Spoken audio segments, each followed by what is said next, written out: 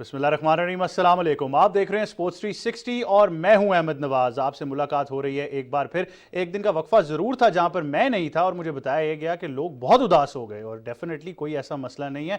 अब हम आपसे सारी वो बातें करेंगे। हमने कल के शो में भी डेफिनेटली देखा, मैं तो नहीं था लेकिन आपको पूरा लाइनअप दिया जिसकी हम बात करते हैं। आज भी बहुत सी खेलों पर बात करेंगे, मुख्तलिफ चीज़ें जिनको डिस्कस करना है, कुछ अपडेट्स भी हैं। सबसे पहले आपसे तारुफ कराता जाऊँ हमारे पैनल का जो हमारे साथ स्टूडियोज़ में मौजूद है। सबसे पहले हमें ज्वाइन करिए पाकिस्तान की साबिक कप्तान हैं, और जब इनकी बात करते हैं तो हमारी स्पोर्ट्स एक्सपर्ट भी हैं, और आई थिंक इनसे हमेशा हमारी बड़ी मज़े की डिस्कशन होती रहती है। सना मीर हमें ज्वाइन करिए। अस्सलाम वालेकुम सना, कैसी हैं आप? वालेकुम अस्सलाम अहमद, ठीक ठाक, welcome back. Thank you so much Sana, good to be back as well. और आज हमें ज्वाइन कर रहे हैं, ये स्पोर्ट्स एनालिस्ट भी हैं, इनसे हम डिटेल में बात करेंगे मुख्तलिफ चीज़ों पर, चाहे वो क्रिकेट हो या कोई और खेल हो। इनका एक एक्सपर्ट एनालिसिस भी हम लेंगे। इमरान जंजुआ। इमरान अस्सलाम वालेकुम, क्या हाल है आपका? Thank you Ahmad, thank you for inviting. Good to have you on the show Imran. Lineup आपको बताते हैं सबसे पहले कि आज हम क्या बात करें। एक बार लाइनअप पर नजर डालते हैं। लाइनअप में हम सबसे पहले ऑफ कोर्स बात करेंगे अंडर 19 वर्ल्ड कप की, जहां पर पाकिस्तान ने, हमने देखा कि जिम्बाब्वे को तो बड़ा कन्विंसिंगली हराया, और अब उनका अगला मैच जो है वो अफगानिस्तान से है। आप सारा एक्शन जो है वो बराह रास्त देखेंगे। पाकिस्तान टीम की अगर बात करें, ये अंडर 19 का जो यूनिट है बहुत ही ज़बरदस्त परफॉर्म करता आ रहा है। बहुत से पॉजिटिव्स हैं इनके लिए, चाहे हाईएस्ट इंडिविजुअल स्कोर हो एक अंडर 19 वर्ल्ड कप में जो कि हमने देखा जिम्बाब्वे के खिलाफ हुआ, चाहे 6 विकेट्स लेना हो। All together the team is gelling well, और हम हमेशा बात करते हैं कि अंडर 19 ही वो प्लेटफॉर्म है जो पाकिस्तान क्रिकेट को फ्यूचर के लिए फीड करेगा। ऑब्वियसली यही वो प्लेयर्स हैं जो इसके बाद फर्स्ट क्लास स्ट्रक्चर में आते हैं। अब तो पीएसएल का भी प्लेटफॉर्म है, तो इनके लिए बहुत से पॉजिटिव साइंस हैं। लेकिन अगर इस स्टेज पर हम देखें कि इनको ग्रूम अच्छे तरीके से किया जाएगा, इनको इंटरनेशनल एनवायरनमेंट का थोड़ा सा एक्सपोजर मिलेगा, और डेफिनेटली ऐसे लेवल पे जब हम बात करते हैं, जो मैं हमेशा बार बार स्ट्रेस कर रहा हूँ कि तमाम टीमें जो हैं वो एक लेवल प्लेइंग फील्ड पर आ जाती हैं। तमाम यंग लड़के हैं, लेकिन at the end of the day confidence जो है वो टेस्ट होता है। तो पाकिस्तान के लिए अच्छा साइन है कि पहला मैच उन्होंने जीता है अच्छे नोट पर। इसी कॉन्फिडेंस को कंटिन्यू करेंगे, और हम यही देखेंगे कि पाकिस्तान जो है वो बेहतर इसमें परफॉर्म कर सके। जिस तरह कि मैंने बात की कि बहुत सी चीज़ें हैं जिस पे हम नज़र डाल रहे होंगे, और आगे वाले टॉपिक्स पे भी आपसे बात करेंगे। अंडर 19 वर्ल्ड कप तो डेफिनेटली बहुत इंपॉर्टेंट है, बट इसके बाद हम आपसे बात करेंगे मजीद क्रिकेट की, और वो बात करेंगे इंडिया और साउथ अफ्रीका की। इंडिया साउथ अफ्रीका का पहला वनडे था, और पहले वनडे में जनूबी अफ्रीका ने भारत को 31 रन से हराया।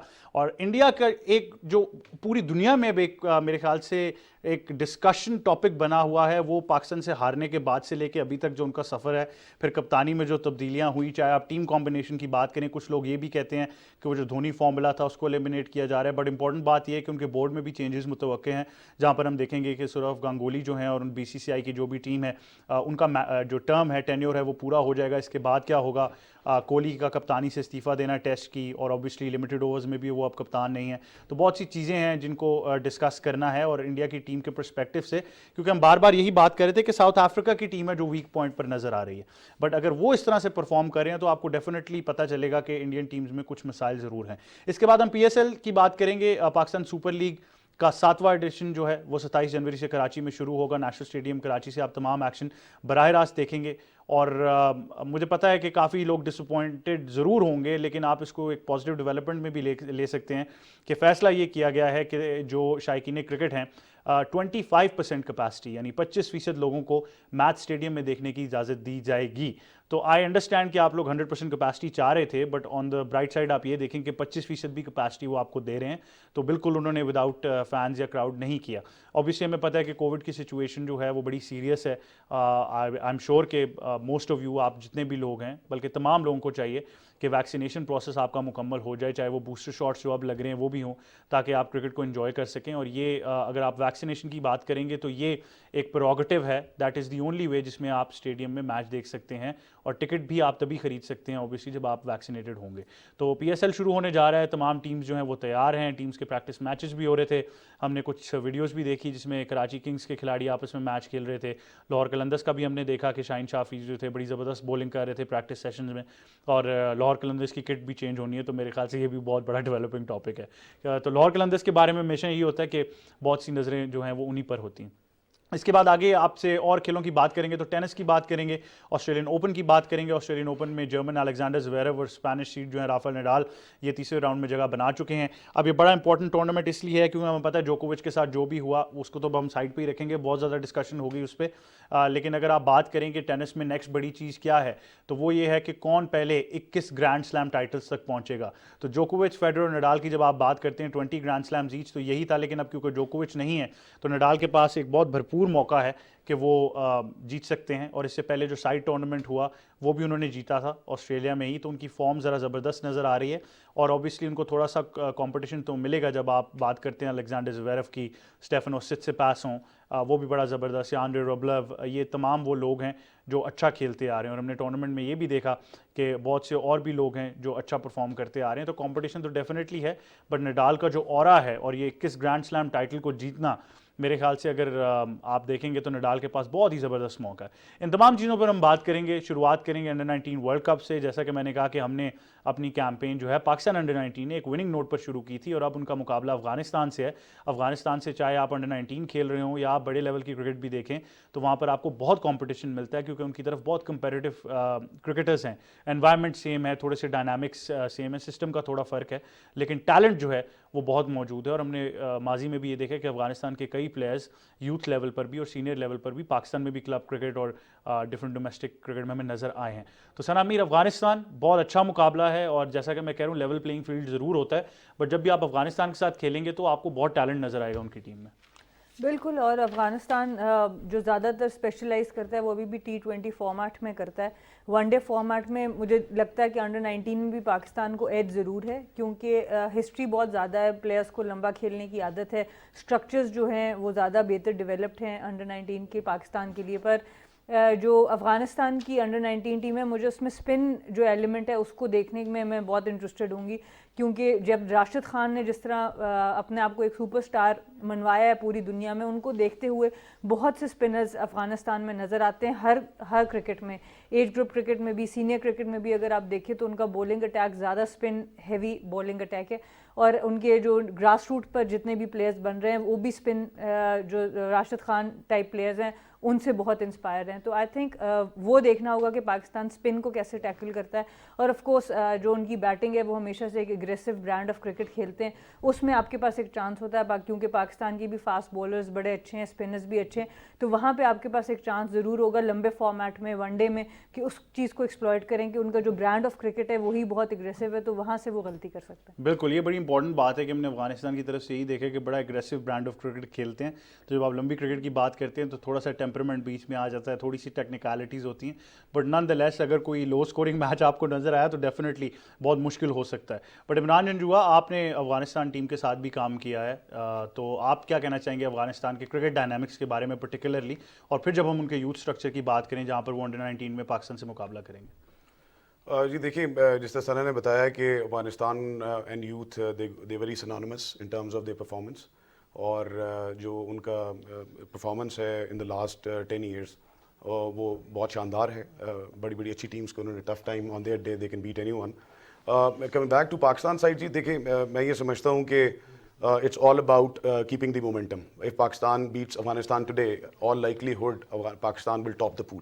So सबसे important चीज़ ये है going forward कि Pakistan shall build the momentum. Tournament के लिए सबसे important चीज़ होती है वो टीम की फॉर्म होती है। बिल्कुल। और जब when you go into the next round as the pool toppers, तो क्लियर एडवांटेज आपके साथ आता है। सेकेंडली जो मेरे ख्याल में इंपॉर्टेंट चीज़ है, जो लोग कुछ देख रहे हैं, बड़े टैलेंटेड यंगस्टर्स एक दो तीन नज़र आ रहे हैं, नेमली जो फास्ट बॉलर हैं पाकिस्तान की तरफ से खेल रहे हैं, दीशान, बैट्समैन शहजाद, और देयर इज़ अनदर ऑलराउंडर जिनकी काफ़ी तारीफ आ रही है कि आगे जाके पाकिस्तान को वो बहुत सर्व कर सकते हैं, अहमद खान। सो आई थिंक ये एक अच्छा चांस है इन तीन यंगस्टर्स के लिए और बाकियों के लिए कि वो अपनी परफॉर्मेंस दिखाएं।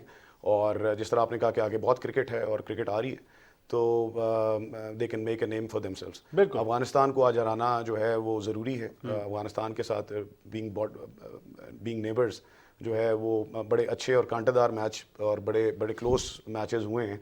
तो आई थिंक आज इन लोगों को भी अफगानिस्तान को हराना है और अच्छे मार्जिन से हराना है। बिल्कुल सर, दो पर्टिकुलर एस्पेक्ट्स में मैं चाह रहा हूँ कि हम थोड़ा सा ज़रा और फोकस करें। एक तो जिस तरह कि इमरान ने मेंशन किया कि कुछ नाम हैं जिनको डेवलप किया जा सकता है मोस्टली। अगर पर्टिकुलरली मैं बात करूं तो मोहम्मद रिजवान अभी टीम में ज़रूर मौजूद हैं, बट क्योंकि अब पॉलिसी ये है कि आप एक सीनियर प्लेयर को नहीं ले जाना चाह रहे as a backup wicket keeper, तो आपके ख्याल में कितना अच्छा मौका है कि आप अभी से कोई अच्छा विकेट कीपर आइडेंटिफाई करें? अगर आपको अहमद लगता है, अगर आप उसको ग्रूम कर सकते हैं बेहतर तरीके से, तो आप तैयार कर लें। हम ये ऑब्वियसली रिप्लेसमेंट तो नहीं देख रहे, बट आपको कभी भी ज़रूरत पड़ सकती है कंसिडरिंग जितनी क्रिकेट पाकिस्तान आगे खेलने वाला है। नंबर 1 ये।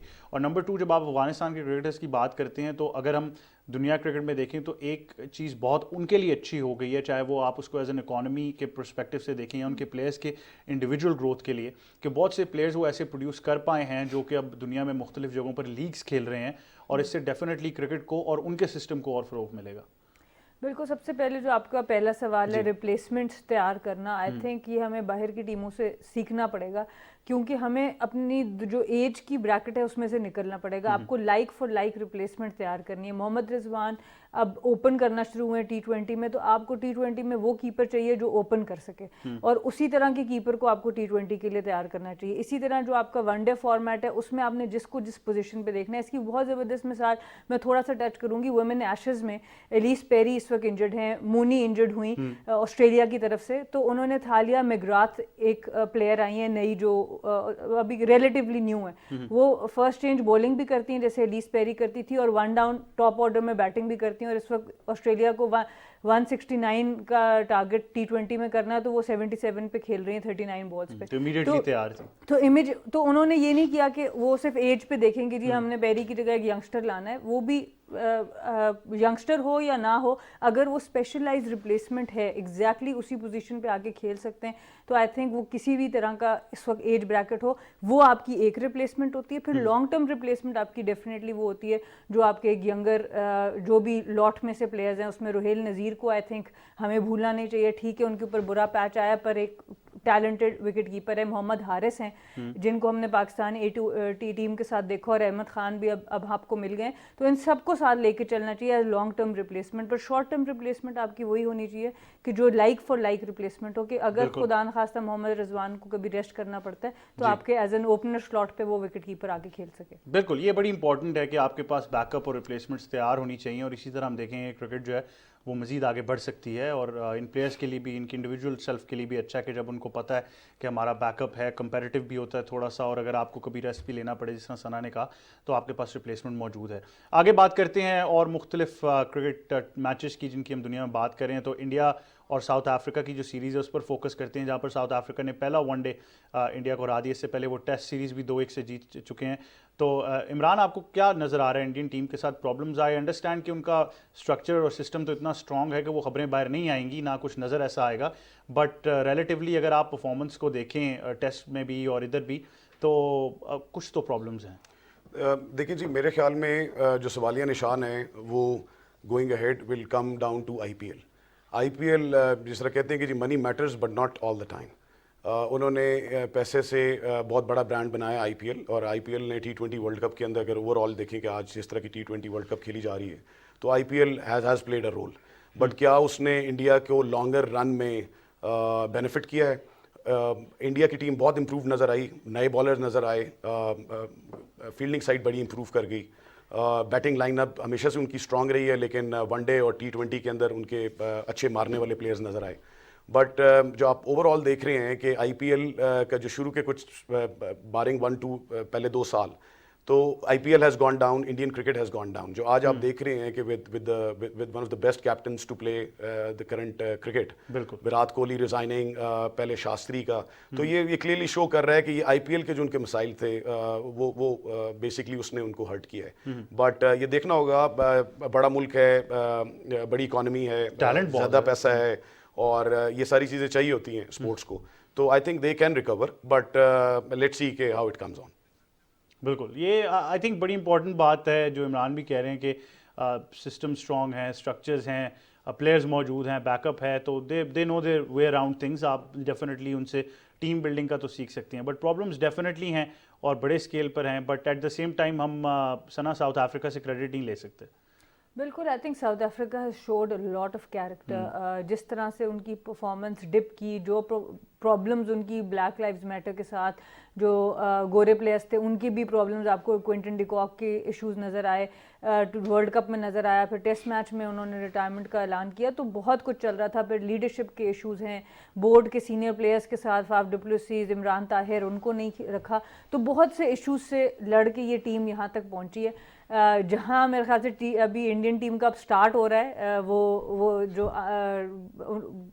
लेवल नहीं हो रहे उनकी ओवरऑल टीम, वहाँ अब साउथ अफ्रीका ने उसको एक्सप्लॉइट किया है और बहुत अच्छी तरह से किया। और जो कोहली के ऊपर बहुत ज़्यादा प्रेशर डेवलप हुआ था आईपीएल से, मैं ये समझती हूँ कि जो रोहित शर्मा की कप्तानी आईपीएल में रही है उसका प्रेशर बहुत ज़्यादा आया विराट कोहली के ऊपर। ये डिसअपॉइंटिंग है कि फिल्टर्स कौन से जहाँ से गेज किया जा रहा है कि कप्तान कौन देखिए, जब आप इंटरनेशनल लेवल के परफॉर्मर्स होते हैं इस तरह के फिल्टर्स आपके ऊपर लगेंगे, और वो फिर हुआ क्योंकि विराट कोहली अक्सर सीरीज से ऑफ लेते थे, तो वहाँ से रोहित शर्मा को चांस मिला और वो वहाँ पे भी इंटरनेशनली भी जितना उनको मौका मिला वो सक्सेसफुल थे, पर आईपीएल में बहुत सक्सेसफुल थे। एक और जो पॉलिसी मुझे लगता है कि इंडिया को नुकसानदेह रही है, वो ये है कि ये अपने प्लेयर्स को रिलीज नहीं करते दूसरे मुल्कों के लिए खेलने के लिए, जो लीग्स होती हैं, एक्सपोजर मिले, एक्सपोजर। तो उसमें ये होता है कि आपके बैटर्स अपने ही कंडीशंस में उन बॉलर्स को खेलते रहते हैं, अपने ही कंफर्ट जोन में खेलते हैं, पर किसी अनकंफर्टेबल पोजीशन पे, किसी डिफरेंट पिच पे जाके, मैचेस तो इनके बहुत होते हैं, पर जिस तरह की एक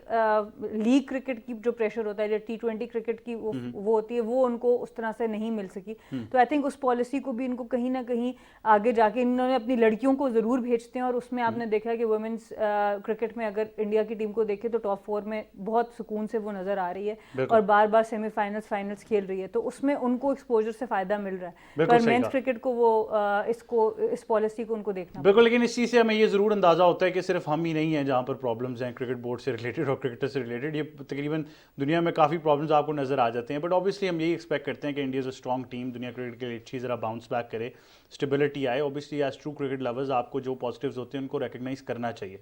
इसके बाद हम बात करेंगे पीएसएल की, और पीएसएल के 7वें एडिशन तक हम पहुंच चुके हैं। कल आपने जो पहले 3 एडिशंस थे उसकी थोड़ी सी हिस्ट्री देखी थी। आज जो उससे नेक्स्ट 3 एडिशंस थे, जो हम बात करें 4थे, 5वें, 6ठे एडिशंस पर, हमारे पास एक पैकेज है, उसको देखते हैं और वापस आकर डिस्कशन जारी रखेंगे।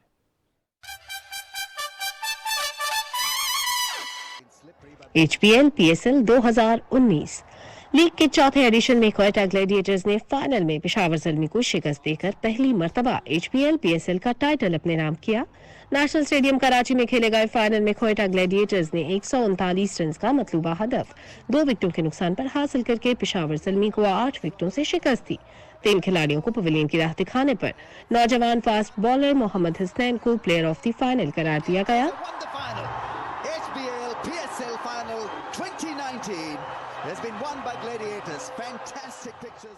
टूर्नामेंट में 430 रन बनाने पर क्वेटा ग्लैडिएटर्स की नुमाइंदगी करने वाले ऑस्ट्रेलिया के शेन वॉटसन को प्लेयर ऑफ द टूर्नामेंट का अवार्ड दिया गया। पेशावर ज़ल्मी के हसन अली ने टूर्नामेंट में सबसे ज्यादा 25 विकेटें हासिल की। HPL PSL 2020 लीग के 5वें एडिशन में कराची किंग्स ने लाहौर कलंदर्स को शिकस्त देकर पहली मर्तबा HPL PSL का टाइटल अपने नाम किया। नेशनल स्टेडियम कराची में खेले गए फाइनल में कराची किंग्स ने 135 रन का मतलूबा हदफ 5 विकेटों के नुकसान पर हासिल करके लाहौर कलंदर्स को शिकस्त दी। Has led Karachi Kings to PSL 5 victory for them. The boy from Lahore, Babar Azam, has made sure that they don't. 49 गेंदों पर 63 रन की इनिंग्स खेलने पर बाबर आजम को प्लेयर ऑफ द फाइनल करार दिया गया। बाबर आजम ने इवेंट के बेहतरीन खिलाड़ी और टूर्नामेंट के बेहतरीन बैट्समैन का अवार्ड भी अपने नाम किया। लाहौर कलंदर्स के शाहीन शाह अफरीदी ने टूर्नामेंट में सबसे ज्यादा 17 विकेटें हासिल की। HPL PSL 2021 लीग के 6ठे एडिशन में मुल्तान सुल्तान्स ने पेशावर ज़ल्मी को शिकस्त देकर पहली मर्तबा HPL PSL का टाइटल अपने नाम किया। Sheikh Zayed stadium Abu Dhabi में खेले गए फाइनल में फातेह टीम ने पेशावर ज़ल्मी को 47 रन से शिकस्त दे दी। 207 रन के ताक़ुब में पेशावर ज़ल्मी की टीम 9 विकेटों के नुकसान पर 159 रन ही बना सकी।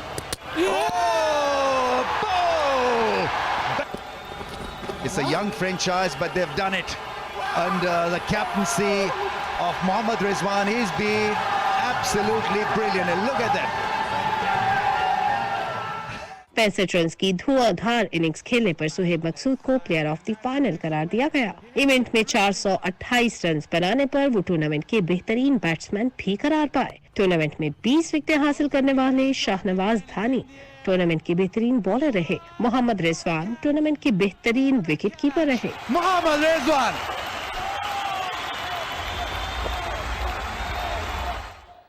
जी, आपने देखा कि जिन 3 एडिशंस की हमने बात की थी उनमें क्या क्या हुआ, कौन चैंपियन रहा, बहुत सी चीज़ें हैं जो पीएसएल में हम बात कर सकते हैं, लेकिन अगर शायकीन क्रिकेट की बात करें तो मेरे ख्याल से पीएसएल को अगर कोई स्पेशल बनाता है तो वो आप लोग हैं जिनकी हम बात करते हैं। तो जो कराची के लोग हैं वो सबसे पहले इस पीएसएल की लेग को एंजॉय करेंगे, उसके बाद पीएसएल लाहौर चली जाएगी। और कराची के जो लोग हैं उन्होंने अपने ख्यालात का इजहार भी किया हमारे साथ, उन्होंने बताया कि वो कैसा फील कर रहे हैं जब आप पीएसएल की बात करते हैं। तो ज़रा उनके ख्यालात सुनते हैं और फिर वापस आते हैं। बहुत मज़ा आता है और मुझे बहुत खुशी है कि कराची में मैचेस होंगे, हम देखने के लिए जाएंगे। नहीं, बहुत एक्साइटेड होंगे, मज़ा आएगा, हम खुद जाके मैच देखेंगे, मज़ा आएगा। पीएसएल से तो खुशियाँ होती हैं, लोग खुश होते हैं। मैं खुद भी क्रिकेटर हूँ, खेलता हूँ, देखता हूँ। मेरी तरफ से मेरी टीम को वेलकम करता हूँ मैं, अपने अच्छे अल्फाजों में अच्छे उसमें आएँ, मैचेस खेलें, हम देखेंगे, बिल्कुल वेटेड हैं देखने के लिए। ग्राउंड में जाएंगे देखने के लिए और बहुत खुश हैं कि दूसरी टीमें आती हैं खेलने के लिए पाकिस्तान। क्रिकेट है ही ऐसा गेम कि हर कोई इसको बहुत लाइक करता है। जितने भी लोग हैं देखने वाले, बड़े हों या छोटे हों, सब बहुत ज़्यादा एक्साइटेड है इस मैचेस के लिए। मेरे बेटे को बहुत शौक है तो इस वजह से उसके साथ बैठ के मैं भी देख लेती हूँ। पीएसएल शुरू हो रहे हैं तो वेलकम करते हैं सारी टीम्स को, होपफुली कि क्रिकेट और जो है ग्रो करे हमारे कंट्री में। बहुत मज़ा आता है। जी हम बात करें पीएसएल की और हम बात करें कि कराची के लोगों का क्या कहना है, क्योंकि सबसे पहले पीएसएल की लेग वहाँ शुरू हो रही है 27 जनवरी से। मैं खुद आज क्योंकि कराची से आया हूँ तो मैं देख रहा था, फीवर है, आपको सारी ब्रांडिंग नज़र आएगी, आपको क्रिकेट के दीवाने नज़र आएंगे। अभी से आपको कराची किंग्स के लिए बहुत सी सपोर्ट नज़र आना शुरू हो गई है। बट खाली कराची किंग्स नहीं है कराची में, और भी बहुत सी टीम की जर्सीज जो हैं वो नज़र आई थी, और बहुत सी एक्साइटमेंट है। यही मज़ा होता है जब भी आप अपनी एक लीग की बात करते हैं क्रिकेट की, तो बड़ी ओनरशिप होती है। जैसा कि मैंने कहा कि जो कॉलीग्स हैं, चाहे आपका घर है, चाहे आप दोस्त हैं, तमाम लोगों में एक मज़ेदार सा कंपटीशन चल रहा होता है। हर बंदे ने अपनी एक टीम पिक की होती है, तो बड़ा कंपैरेटिव चल रहा होता है। तो इमरान, आपसे शुरू करते हैं, 7वां एडिशन है पीएसएल का, क्या कहना चाहेंगे? और साथ ये भी बताइएगा कि आपकी एलिजेंस जो है वो किस फ्रेंचाइज की तरफ है? जी मैं तो पहले ये कहूँगा कि आई थिंक ये we live in a world of corona, और ये अभी तक the world has not come out of it. मुझे जो चीज़ अच्छी लगी है कि अगर हम सिस्टम्स को फॉलो करेंगे जो ग्लोबली चल रहे हैं, तो इन सब प्लेयर्स की तैयारी अच्छी है, बिकॉज यू नेवर नो कि आगे आने वाली सीरीज़ के अंदर आपको नए प्रोटोकॉल्स कोरोना रिलेटेड नज़र आएँ। तो आई थिंक एक I see good point, good show by the again the cricket board, कि वो उनको जो रिक्वायर्ड प्री रिक्विजिट है for playing cricket under such circumstances, तो वो उसके थ्रू गुजार रहे हैं। नंबर एक बात। सेकेंडली ये है कि जी देखिए, मेन चीज़ जो है वो ऑस्ट्रेलिया की सीरीज़ है। आपको बहुत सारे नए नाम तो नज़र नहीं आएंगे। अगर आप कहें कि यहाँ से आपको बहुत ज़्यादा नए लोगों को चांस मिलेगा, बिकॉज टेक्निकली तो जो पूल है वो already based on the last year performance वो नज़र आ रहा है। और लेकिन कुछ लोग हैं जो प्रॉब्ली मोहम्मद आमिर, मुश्किल है उनके लिए कम बैक करना in the main team based on what ever has transpired, but still is playing PSL. नहीं, आप कह रहे हैं मुश्किल, आपको लगता है दरवाज़ा खुला अभी भी? नहीं जी, देखिए सारी चीज़ ये आ जाती है कि आप ऑन अ गिवन डे और अ टूर्नामेंट आप परफॉर्म कैसे करते हैं। नहीं, अगर वो परफॉर्म कर भी जाते हैं, दरवाज़ा खुला, रमीज़ राजा के होते हुए दरवाज़ा खुला? It's too early to comment on it. मेरे ख्याल सबसे इंपॉर्टेंट चीज़ ये है कि जो अभी बाबर आजम ने अपनी कैप्टनसी में जो एक आपको पूल ऑफ प्लेयर्स नज़र आ रहे हैं, I think the team is well settled. जिस तरह सना ने पहले बात भी की कि आपको हर पोजीशन के ऊपर बैकअप चाहिए और नज़र आ भी रहा है। तो लेकिन ये है कि नेचुरली सबसे बड़ा इवेंट है जो हमारा क्रिकेट कैलेंडर का है, और वहाँ से ही आपको नए लोग नज़र आने हैं। उन्होंने ही आगे जाके वनडे और T20 के अंदर अपना नाम बनाना है। तो अच्छी क्रिकेट देखने को मिलनी चाहिए, अच्छा मुकाबला होना चाहिए। सर्टनली पूरे अंदाज में क्रिकेट नहीं होगी, बिकॉज तमाशाइयों की भी, जिस तरह आपने कहा कि 25% participation and all, but players की तरफ से अच्छा चांस है कि अपनी जो परफॉर्मेंस दिखाता है, बिकॉज मेनली ऑस्ट्रेलिया सीरीज़ के बाद आगे भी क्रिकेट बहुत है, तो अच्छा चांस मिलेगा सबको अपनी परफॉर्मेंस दिखाने के लिए। बिल्कुल। सना मीर, हम कब तक पूछते रहेंगे और आप कब तक डिप्लोमेटिक जवाब देंगी? आज बता दें लोगों को कि कहाँ है सना मीर की एलिजेंस, किस फ्रेंचाइज को सपोर्ट करना चाह रही हैं। ऑब्वियसली एबटाबाद तो है ही, उनके प्लेयर्स भी कुछ शायद नज़र आएंगे, बट जनरली सना मीर क्या देख रही हैं, किस फ्रेंचाइज की तरफ ज़्यादा थोड़ा सा जा रहा है आपका? देखें, होपफुली इंशाल्लाह एज कमेंटेटर मैं वहाँ ज्वाइन करूँगी, तो वहाँ पे मुझे न्यूट्रल होना बड़ा ज़रूरी है, क्योंकि अगर मैं किसी एक फ्रेंचाइज का साथ दूंगी तो फिर वो बायस कमेंट्री नज़र आएगी। सही। तो ऑब्वियसली जो भी टीम जीतती है पाकिस्तान के ही ये। चलें, ये बता दें कौन सी स्ट्रॉन्ग है सबसे, ये बता दें। आई थिंक मुझे 3 टीम्स बहुत स्ट्रॉन्ग नज़र आ रही हैं, कराची, लाहौर और इस्लामाबाद। मुल्तान की टीम भी काफ़ी अच्छी है, पर ये 3 टीम्स बहुत ही स्ट्रॉन्ग नज़र आ रही हैं।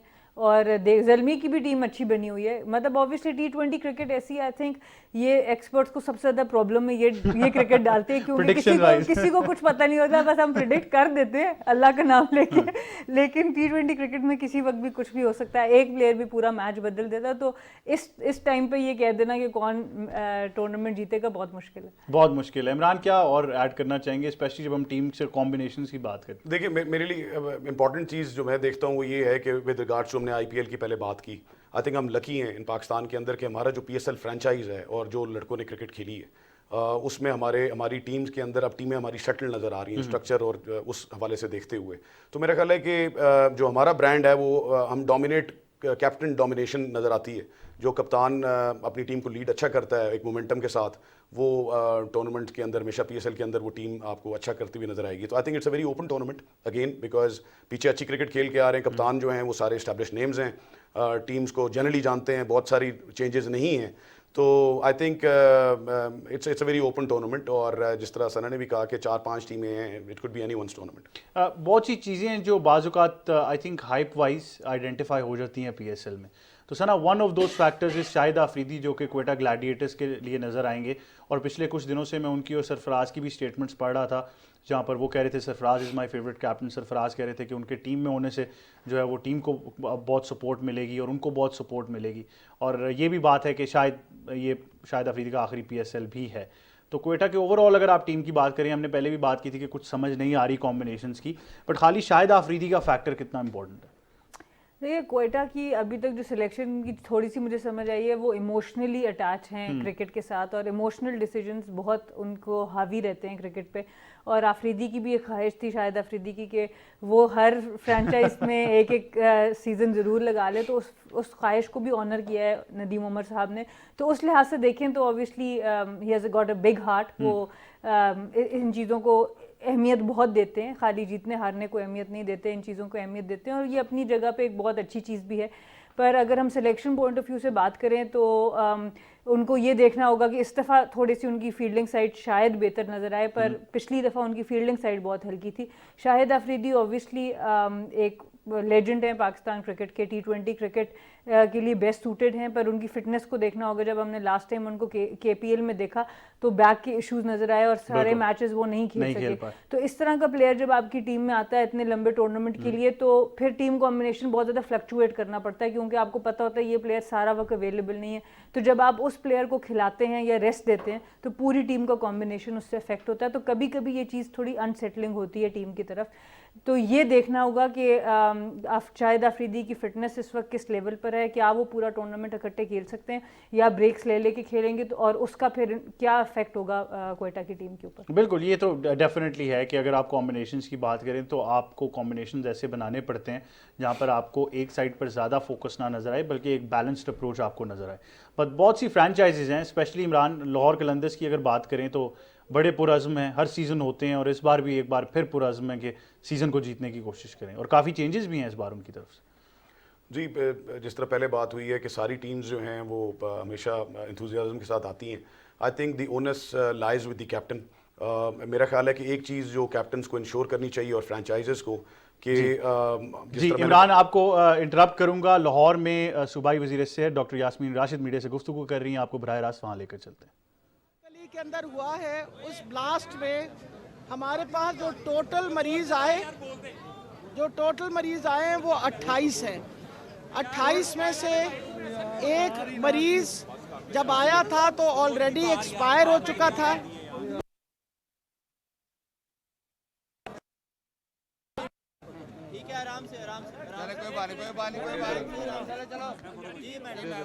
एक मरीज ऑलरेडी एक्सपायर्ड आया था, एक मरीज की डेथ यहाँ आके हुई है। उसके अलावा इस वक्त हमारे पास 26 वो मरीज हैं जो ज़ख्मी हैं। उन 26 में से 4 पे इस वक्त ऑपरेशन हो रहे हैं और इंशाल्लाह अल्लाह ताला खैर रखे और अल्लाह ताला उन्हें से पर वो क्रिटिकल है। टोटल नंबर ऑफ पेशेंट जो 4 हमारे पास थिएटर में हैं वो क्रिटिकल पेशेंट्स हैं। 3 फीमेल मरीज आई थी, तीनों इस वक्त स्टेबल हैं और उनको भी देखा जा रहा है। क्रिटिकल जिस तरह आपको मैंने बताया है कि 4 मरीज़ हैं और वो चारों मरीज़ जो हैं उनका इस वक्त ऑपरेशन थिएटर में ऑपरेशन किया जा रहा है। मौजूद है हमारे professors, doctors, nurses, paramedical staff, हर किस्म की दवाई, हर किस्म की सहूलत हमारे सारे मरीज़ों के लिए यहाँ मौजूद है। और मैं शुक्रिया अदा करना चाहती हूँ, बहुत क्विक रिस्पॉन्ड किया। यहाँ प्रोफेसर साहब भी थे जिन्होंने रिसीव किया मरीज़ों को। और ये गोल्डन आवर बड़ा अहम होता है, अगर पहले घंटे में आप मरीज़ों का सही तरीके से रिस्पॉन्ड कर दें तो मरीज़ों का बचने का बहुत ज़्यादा इम्कान होते हैं। तो शुक्र है खुदा का कि इस वक्त जो 26 लोग हमारे पास हैं उनमें से बाकी सारे स्टेबल हो गए हैं। सिर्फ 4 ऐसे मरीज़ हैं जो क्रिटिकल हैं और इस वक्त ऑपरेशन थिएटर में उनका ऑपरेशन हो रहा है। जैसे जैसे हालात होंगे उसी तरीके से हम आपके सामने ये बात लेते आएंगे। मैडम ये बताइएगा, नहीं सारे मैडम ये बताइएगा, लाहौर में सूबाई वज़ीर सेहत डॉक्टर यास्मीन राशिद मीडिया से गुफ्तगू कर रही थी। उन्होंने बताया कि लाहौर के इलाके न्यू अनारकली की दुकान में जो गैस सिलेंडर धमाका हुआ, इसमें 2 अफराद जहाँ बहक हुए थे, जबकि 26 ज़ख्मी हॉस्पिटल लाए गए, जिसमें से 20 की हालत जो है वो बेहतर बताई जा रही है, ख़तरे से बाहर है। जबकि उन्होंने कहा कि 4 की हालत जो है वो तशवीशनाक है, जिनका ऑपरेशन जारी है। जी welcome back to sports 360। Imran, जहां से आप कंटिन्यू कर रहे थे वहीं से कंटिन्यू कीजिएगा जब हम पीएसएल और फ्रेंचाइजीज की बात करें। जी मैं ये कह रहा था कि the owners lies with the captain on field और with the franchise owners, because Australia series का ये मतलब नहीं है कि अगर नए नाम वहाँ पे नज़र नहीं आएंगे तो आपने रिलैक्स नहीं करना। ये दिस इज़ वन पॉइंट के जिस तरह आपने अफरीदी की बात भी की, अभी कुछ जो लेजेंड्स हैं they will be moving on, जिन्होंने सर्व किया पाकिस्तान क्रिकेट को फॉर अ लॉन्ग टाइम, और पीएसएल के भी ये ब्रांड्स हैं। लेकिन आई थिंक फ्रेंचाइज और कैप्टन्स ये देख सकते हैं कि क्या ऐसे नया न्यूक्लियस लेके सामने आएँ कि आगे पीएसएल ने भी चलना है, फ्रेंचाइजीज ने भी चलना है। और कोयटा के ऊपर जो चीज़ नज़र आती है वो अनलकी भी रहे हैं, उन्होंने एक अपने माइंडसेट के साथ और लेगेसी को कंटिन्यू की है। बट आई फील कि going forward, if not this time, but Quetta की जो ओवरऑल उनका जो जिस तरह की क्रिकेट और जिस तरह उन्होंने स्ट्रक्चर लेके चले हैं, तो अगले सालों के अंदर, आने वाले सालों के अंदर Quetta will make a come back और अच्छी पीएसएल के अंदर आपको परफॉर्मेंस और शायद विक्ट्रीज भी नजर आएँ। बिल्कुल, बहुत इंपॉर्टेंट है कि इन फ्रेंचाइज़ को आप यहाँ से भी गेज करें कि क्रिकेट डेवलपमेंट एक्टिविटीज़ भी बहुत ज़रूरी होती हैं जब आप उन रीजन्स की बात करते हैं जिनकी ये नुमाइंदगी कर रहे होते हैं। तो मेरे ख्याल से ये बहुत ज़रूरी है कि वो ट्रिकल डाउन इफेक्ट जो है वो लाजमी आना चाहिए उन रीजन्स में।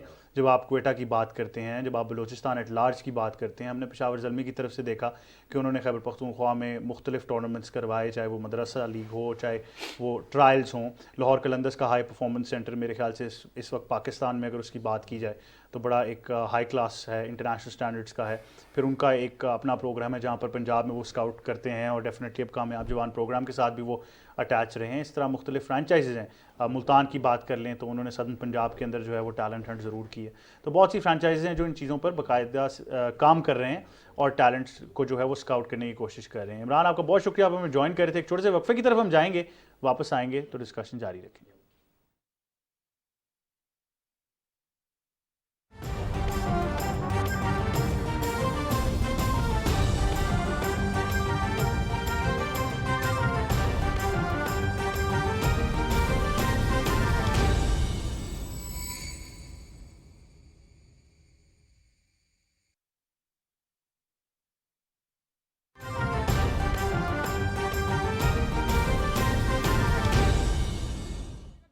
अब शहीद हुए इस वाक़ये में, उनके जो पोस्टमार्टम का अमल है और उनकी जो डेड बॉडीज है वो लाहिकीन को कब हवाले की जाएंगी? मेरा ख्याल है हर चीज़ जो इस तेज़ी से नहीं होगी, आराम से सारा कुछ होगा।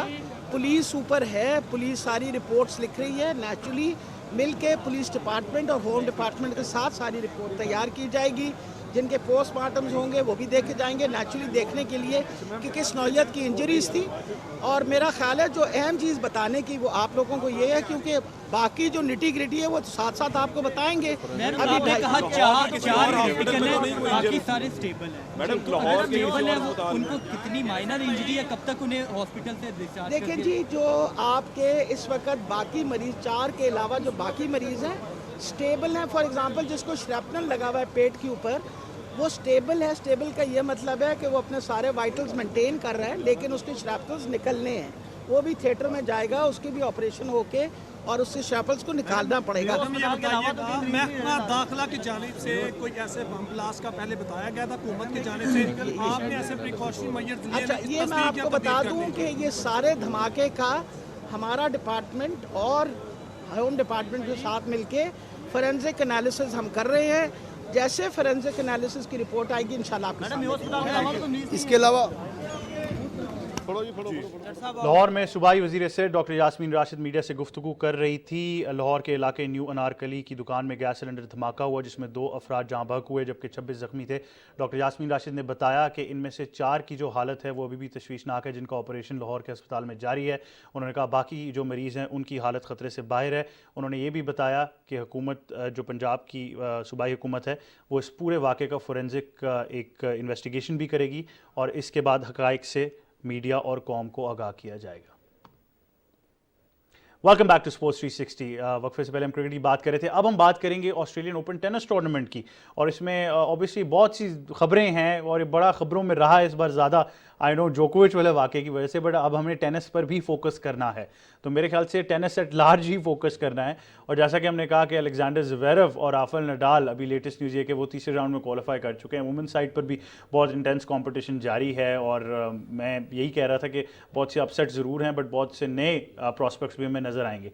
बट सना मीर पर्टिकुलरली, जिस तरह के मैंने कहा कि टेनिस में इस वक्त सबसे बड़ा माइलस्टोन ये है कि वो 21वां ग्रैंड स्लैम टाइटल जो है वो किसके नाम जाएगा, क्योंकि जोकोविच, नडाल और फेडरर को उसी एक बॉर्डर लाइन पर कंपेयर किया जाता है। तो जोकोविच तो ऑटोमेटिकली आउट हो गए, फेडरर खेल नहीं रहे, तो फिर एक ही बंदा रह गया और उन्होंने ही आगे परफॉर्म करना है।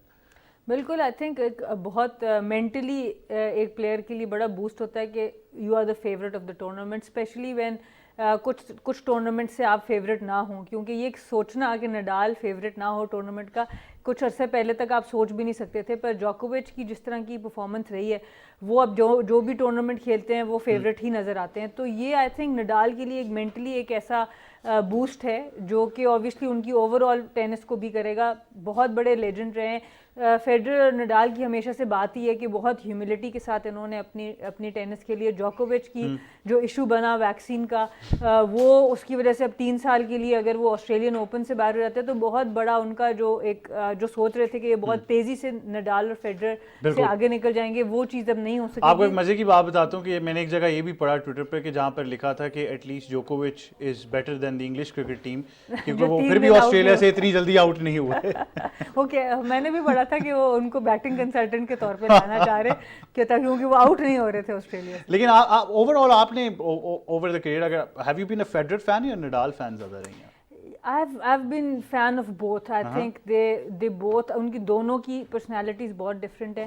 पर मुझे याद है मेरी एक कॉलेज में फ्रेंड थी, वो फेडरर की बहुत बड़ी फ़ैन थी और मैं नडाल की। तो हम लोग का पूरा एक घंटा जो होता था जब इनका मैच होता था तो हम घंटा फ़ोन पे होते थे और हमारी बहस हो रही होती थी कि कौन जीतेगा और कौन बेहतर प्लेयर है। तो नडाल को थोड़ा सा मैंने हमेशा एज ज़रूर दिया अपनी फेवरेटिज्म की वजह से, अदरवाइज सेपरेट करना बहुत मुश्किल। लेकिन पर्टिकुलरली एक एज अ प्लेयर मैं आपसे ये सवाल कर रहा हूँ, क्योंकि आप खुद एक प्लेयर रही हैं, एक एथलीट रही हैं, कि आपको पता है कि पूरी दुनिया में आपकी रिटायरमेंट की बातें चल रही हैं, कहा जा रहा है कि अब आप कंटिन्यू नहीं कर पाएंगे और आपका करियर जो है, क्योंकि आप इतनी एफर्ट पुट इन करते हैं, अगर आप किसी भी टेनिस प्लेयर को देखेंगे तो नडाल की जो एनर्जी है उसको मैच नहीं कर सकती। आप इंजरी प्रोन है, इंजरीज होती जा रही हैं और फिर आपको कोविड भी होता है, बट फिर भी आप इस तरह शानदार कमबैक करते हैं, एक साइड टूर्नामेंट जीतते हैं और आप दुनिया को ये बताते हैं कि अभी भी आई एम नॉट डन। तो मेंटल कितना ये प्रेशर, कितना आपको एक स्ट्रॉन्ग एक एनवायरनमेंट चाहिए? बिल्कुल, और इसीलिए नडाल की मैंने उनको पसंद किया, क्योंकि जिस वक्त उन्होंने फेडरर को हराना शुरू किया उस वक्त जो पीक पे फेडरर थे, जब जोकोविच ने हराना शुरू किया उस वक्त फेडरर उस पीक पे नहीं थे। तो नडाल वो एक पहला बंदा था जिसने एक्चुअली आके फेडरर को बहुत ज़्यादा चैलेंज किया था और उनकी पूरी जो गेम, आप जितने भी मैचेस भी वो जीते हैं उसमें देखें कि कभी कभी बहुत ही मैच पॉइंट से वो वापस बहुत दफ़ा आए हैं और वहाँ से मैचेस जीते हैं। ये उनकी मेंटल स्ट्रेंथ दिखाती है और एज एन एथलीट हमेशा फेडरर जो है वो बहुत नेचुरल एथलीट है, उनकी फिटनेस के इश्यूज अब जाके शुरू हुए हैं, लेकिन शुरू करियर में उनको उस तरह के कभी भी इश्यूज नहीं थे। नडाल उनसे भी फाइट करते थे, जैसे आपने भी बात की, तो बहुत फाइटर किस्म के प्लेयर हैं, इसलिए मैं जरूर चाहूंगी कि ऑस्ट्रेलियन ओपन। ये फाइटर तो वो हैं डेफिनेटली, ये तो हमें मानना पड़ेगा। वो वुमेन साइड की बात अगर करें तो ऐश बार्टी भी हैं और नाओमी ओसाका भी हैं जो जीती हैं और नेक्स्ट राउंड में जा चुकी हैं। मैं तो obviously I am a new fan of एमा रडुकानु, जिस तरह से वो जीतती आ रही। बट ये है कि ऐश बार्टी की पर्टिकुलरली अगर बात करें तो एब्सोल्युटली सुपर्ब टेनिस, जिस तरह से वो एक मतलब सनसनी हेज टेनिस खेलती आ रही हैं और होम सॉइल पर एक ऑजी हो तो लगता यही है कि वो बहुत डोमिनेट करेंगी। बिल्कुल, और आई थिंक ये जो वुमेन जितनी भी टेनिस प्लेयर्स नई आई है, they are very particular, mindful of their own mental health. हमने आश बाटले को देखा, उन्होंने भी ब्रेक लिया बीच में। हमने नाओमी ओसाका को देखा, उन्होंने भी ब्रेक लिया, और ये लोग अब ब्रेक के बाद वापस आ रहे हैं और ऑब्वियसली फ्रेश होके, फिजिकली मेंटली फ्रेश होके आ रहे हैं। तो इनकी मैचेस देखने का बहुत मज़ा आएगा और I am really looking forward to. अब PSL के साथ कितना क्लैश होता है और क्या होता है, बड़ा हमारा स्केड्यूल टाइट हो गया है। ये है कि मेंस से ज़्यादा इंटरेस्ट जो है वो वुमेन्स टेनिस की तरफ है, क्योंकि वहाँ पे कंपटीशन ज़्यादा फियर्स है। बिल्कुल, और इसी तरह वुमेन एशेज का भी मैं बार बार जिक्र करती हूँ कि वहाँ पे ज़्यादा कंपटीशन नजर आएगा और वो शुरू हो चुका है, तो सारे उसको भी ज़रूर देखेंगे डेफिनेटली। और नाओमी ओसाका की आपने पर्टिकुलरली बात कर ली है, इतना मुश्किल कमबैक है ये, क्योंकि बट हम ये भी बार बार कह रहे हैं कि अब मॉडर्न जितने भी एथलीट्स और प्लेयर्स आ रहे हैं उनको इस चीज़ के लिए तैयार रहना है और शायद इस चीज़ की भी ट्रेनिंग होनी चाहिए। बिल्कुल, आई थिंक ट्रेनिंग है और वो खुद भी बहुत ज़्यादा माइंडफुल हैं, जैसे मैंने पहले भी कहा, क्योंकि और कोई रास्ता नहीं है, क्योंकि अब सोशल मीडिया की वजह से आपकी लाइफ बहुत सा क्रिटिसिज्म, बहुत सी तारीफ बहुत जल्दी आप तक पहुंच जाती है। पहले भी मीडिया अवेलेबल था पर इतना ज़्यादा नहीं था कि आप अपना मोबाइल उठाएं और आपके सामने सब कुछ आ जाए। तो ये लोग आपको टैग करना शुरू कर देते हैं, मतलब ना भी आप पढ़ना चाहें तो आपको पढ़ना पड़ता है। बिल्कुल सना मीर, बहुत शुक्रिया, आप हमें ज्वाइन कर रही थी। यही था आज का स्पोर्ट्स 360। आपसे अगले हफ्ते फिर मुलाकात होगी मेरी और तमाम टीम की तरफ से। अल्लाह हाफिज।